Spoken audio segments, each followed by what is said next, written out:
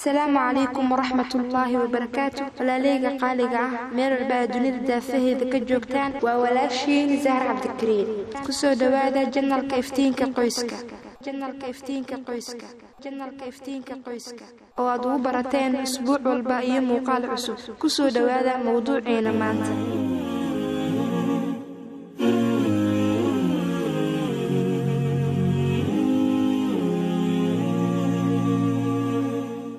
walaalka muslimka ahaw fadlan ha guursan ilaa aad ogaatid qodobadan aan sheegi doono.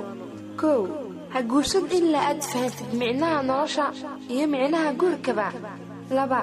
ha guursan ilaa aad fahamtid xuquuqda ay kugu leedahay xaaskaaga. 3. ha guursan ilaa aad ka fahamtid gabadha aad nolosha la wadaagi kartid inay kula qaybsan karto dhib iyo dheefba. 4. ha guursan ilaa aad barato xilka iyo mas'uuliyadda kaa saaran qoyskaaga.